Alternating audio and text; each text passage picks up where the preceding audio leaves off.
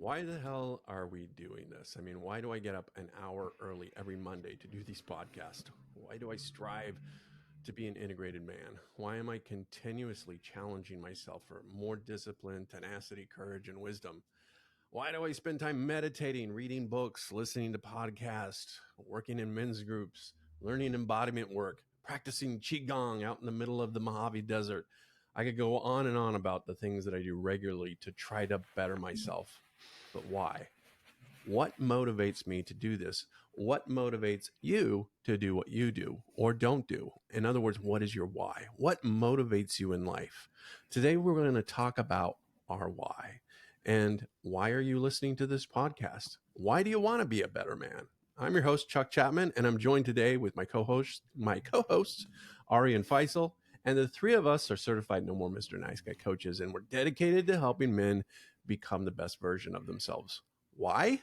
Well, we're going to talk about that today in today's episode of The Nice Guy Show. So, guys, Ari, let's start with you. Why do you do what you do? You know, being a psychologist and a healer is my calling. I started attending therapy when I was like 11. So I've been in this game a long time. If you include just your time in therapy or in some kind of healing work. So I've always been trying to answer the questions of like, why am I miserable, or what makes people happy? Uh, why do people do the things they do? Why is my brother so annoying? Um, I've always I've always been trying to figure people out. That's why I love history too. Trying to understand big social movements. I'm a very curious person. I like to try all kinds of different healing practices. Whether it's homeopathy or colonics or uh, seeing a chiropractor, a tantra coach. Like I'm always doing something. It's personal exploration. But the other part of this is, I got all this training to be a psychologist, and then my marriage fell apart, and I didn't understand why, because that wasn't part of the plan.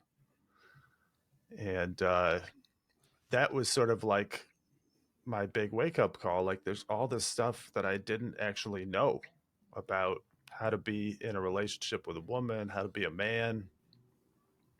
There was all these things that were missing all along. And that's when I got coached. That's when I discovered No More Mr. Nice Guy, studied, or I learned about men's groups, started getting involved in men's work. And so, I've been learning all this other stuff that I didn't know, that's been so meaningful and powerful in my life.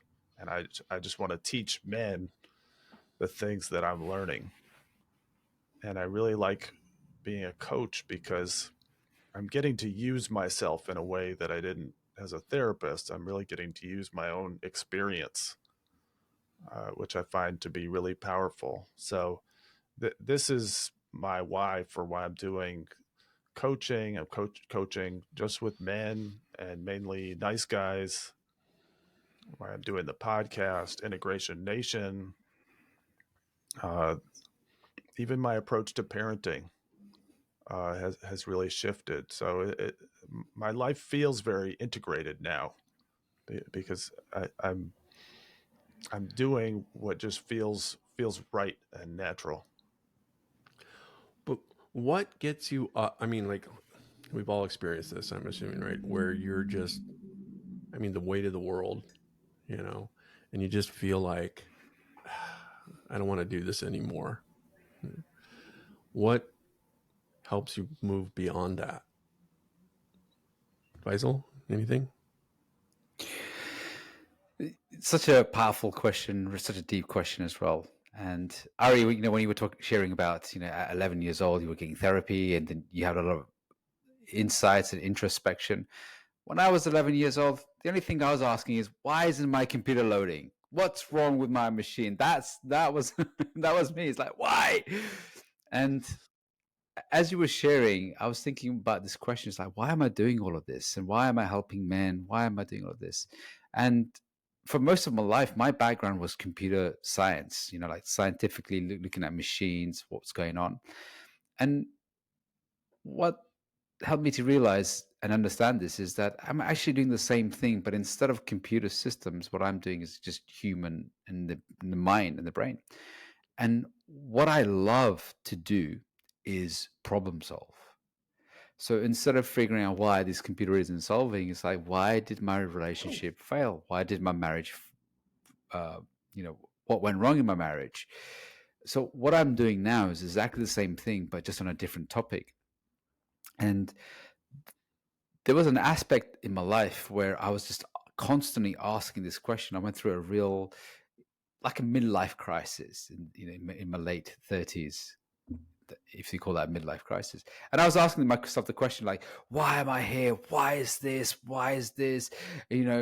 Why do we need to do this? And it was a real emotional part, real down in the dumps kind of like a journey for me. And until I started to do this men's work, that why started to change. Is like, why not? And I hardly ask myself, why am I doing this? I'm asking, like, okay, I just need to get this done.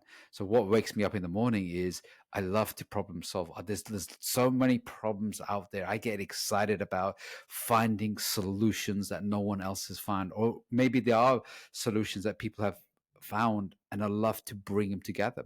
This is 10 years of studying psychology, human behavior. I didn't go to studies like Ari did or you did to become a clinical psychologist or therapist, but the study I had was to solve problems, from like as a computer scientist, to solve problems. And only recently I brought my 5 fracture framework. I call it like the 5 fractures that masculinity has and the femininity has. And what that did was it solved the big problems. Like, there's so much personal development out there and it's overwhelming. Now I'm bringing it into a really simple algorithm, simple system that who are non-psychologists, people not into this world, can completely simply understand. And that's what gets me excited, is like problem solving other people's problems, because I know that we all struggle. And when I was struggling, it was great for having someone else there solving the problems, or had some answers that I didn't have. And they were able to guide me and support me and take me out of this misery or problem that needlessly I was in. Yeah. And that was my why. Yeah, I was watching the Oscars last night, and there was a commercial that came on, and it started with the narrator saying something like, there's 2 important days in your life: the day you're born and the day you find out why. And it got me thinking about purpose. And a lot of the guys that I work with struggle around the idea of why, or what purpose, what is the purpose that I serve? So I wanted to bring that question up today because I think so many of us struggle with this. And especially when we get into those states of, we're just, we're tired, we're exhausted. Like, why am I trying in this marriage? Why am I trying to be a good father? Why am I trying to be a good employee? All I ever get is shit on, or I get, things, my needs go unmet, those kind of things. And it's a big existential question, why are we here? And what is the purpose and the meaning of our life? And I think that one of the things that I come back to is, one of my mentors said this a long time ago before I started doing this work. He said, your why has to be big enough to keep you going in those moments where you're questioning why you're doing it. And for me, my purpose, the reason why, in some ways it's like, I can't do anything else. This feels like a calling. This feels like, sometimes, some days it's just exhausting. You're working with a guy and it's sort of, he's just not getting it, and it's the same thing over and over again. And some days it just is exhausting. And then there's other things, if I'm being completely honest, the reason I do this is because I want the glory. I want the accolades. I want the validation. I want people to tell me, Chuck, you're so great. You impacted my life. And that's empty, obviously, because when I give people the power to validate me, I give them the power to invalidate me. But there's that part of my ego that also wants this, to be seen as a healer, to be seen as somebody who has the answers.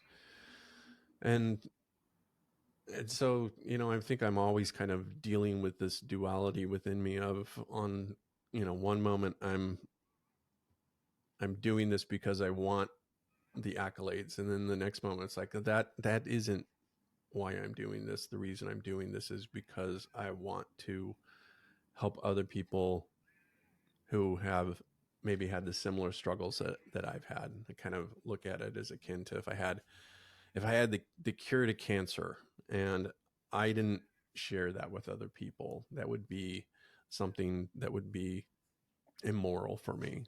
And I think that this work, this specific work with Nice Guys and helping men in general, is kind of that. I do have some answers that I think are helpful for people. Um, so I'm just curious, have you guys ever felt like, you know, why am I doing this, and what gets you back up into that place of, out of the struggle and into the passion? I'll tell you, one thing that's coming to mind for me is in my shift into doing men's work and away from like neuropsychology, working in a hospital setting, is this feels fun. Hmm. Like I'm helping people, and we have fun all the time. Yeah. Like we're joking around, we're doing this podcast, like we are having fun as we help people. And I didn't feel that way a lot of the time when I was just a psychologist, a mental health provider. Like there, obviously we're dealing with trauma for a lot of people. We're dealing with serious issues, and I'm not discounting that. But who says you can't have fun and be helping people at the same time? Like that's part of what we're doing with the podcast, with Integration Nation. No More Mr. Nice Guy. There's a lot of funny stuff in that book. Dr. Glover has a great sense of humor. So I'm using my sense of humor more. I'm letting it out. I'm letting my creativity out. I think that's something that you guys are both doing, with your 5 fracture system, with your book. You're showing people more of who you are. I think it's okay to want accolades and to want money, but do it, get those things for doing something that's really meaningful to you, instead of just like selling out because something will seems profitable. So to me, if I can have a good life doing something fun and meaningful, then I got it all. I like it was so true about, we want the accolades, we want that, like Tony Robbins says, we have 4 needs, and one of the needs is significance, to feel important, to feel significant. And our work does give you that, because it's like, wow, you changed lives, and you see guys who completely transform, from when they start to the end, and they're not the same man as they walked in. And then that's quite a good feeling. And especially when they say, well done, or they refer you, or they big you up to other people as well. And I think as we get deeper into the journey, or as I get deeper into this journey, I have less need for those significances, and more need for the fact that am I being more valuable? And that's my why. Is like, I keep asking myself, and I've got this whiteboard, and I wrote this morning on it, as like, be valuable, because that's what the world needs, is more value, and that's what you need as well, is be more valuable. And that keeps me going. And I've got 2 sons, and I know how difficult it is for them growing up, especially in the world where masculinity is a really terrible thing. And there's a lot of trouble for both men and women. And only a few days ago, I was having this kind of like, I would say, deep spiritual kind of like moment. And what came to me was, it was like a message to say, step more into your father energy. And I was like, well, that's a bit peculiar. That's a bit unsafe. But step more into your father energy. And there are a lot of men and there's a lot of women that need our help, need our support. And we need to be that guide. And we need to parent the next generation. We might not be able to make a difference to, say, the generation that's gone, but there's a younger generation that's struggling right now. It's actually, in fact, struggling more because anxiety is up, mental health is worse, and step more into that father energy because that's what's needed right now. Why am I doing this? I think, Ari, you hit on that. I want to have fun. I love what you said, Faisal. I want to bring value. And that third thing I think would be I want to serve. And I know there's guys listening to this podcast right now who are probably wondering or questioning what they're doing in their life, what they're, whether it's their marriage or their job or their, whatever. They're in this state right now where they're just sitting here listening, going, "Why do I do what I do?" And I think we hit on some three really key things here. Of, I want to be having fun, I want to be bringing value, and I want to be serving others. And I think when I'm doing those three things, then I start to find my purpose. I start to find my why. So if I'm doing something and I can't find fun, I can't find value, I can't find service, and therefore I'm not getting the significance that I want, what will happen is I will just sort of like spend my life in, that quiet desperation. But if I can find a thing, something that lights me up, where I'm having fun, where I'm bringing value to the world, and I'm being of service, I think those three things probably are going to really nail down a lot of those questions of why. It's your zone of genius. Your zone of genius. I love that. Yeah. Yeah. I didn't come up with that, but okay. it seemed to fit. Exactly. See I know the when I'm big in those leap. three things, I'm in flow. If I'm having fun, if I feel like what I'm doing is of value and I'm serving others, I will be in that state of flow. And I think that this particular work for me serves all three of those things. Yeah, it's fun, it's valuable, and also it's service. And I think Tony Robbins said, we have 6 needs. The 4 needs are primal needs. Certainty, uncertainty, significance, and love and connection. And he said the spiritual need is contribution, and growth. Mm-hmm. And this is what we're doing here is, we're helping, we're learning, we're growing ourselves, and also contributing to other. And here's something interesting. When I was doing this work, and I was like helping people, giving a lot, I didn't always feel full. I didn't feel like it was my purpose because I still had a lot of nice guy syndrome stuff in that. I was doing a lot of work and being purposeful, performance-based purpose. I was doing it from a place, oh yeah, it's gonna look good, and it sounds good and everything. So I was doing it from that place.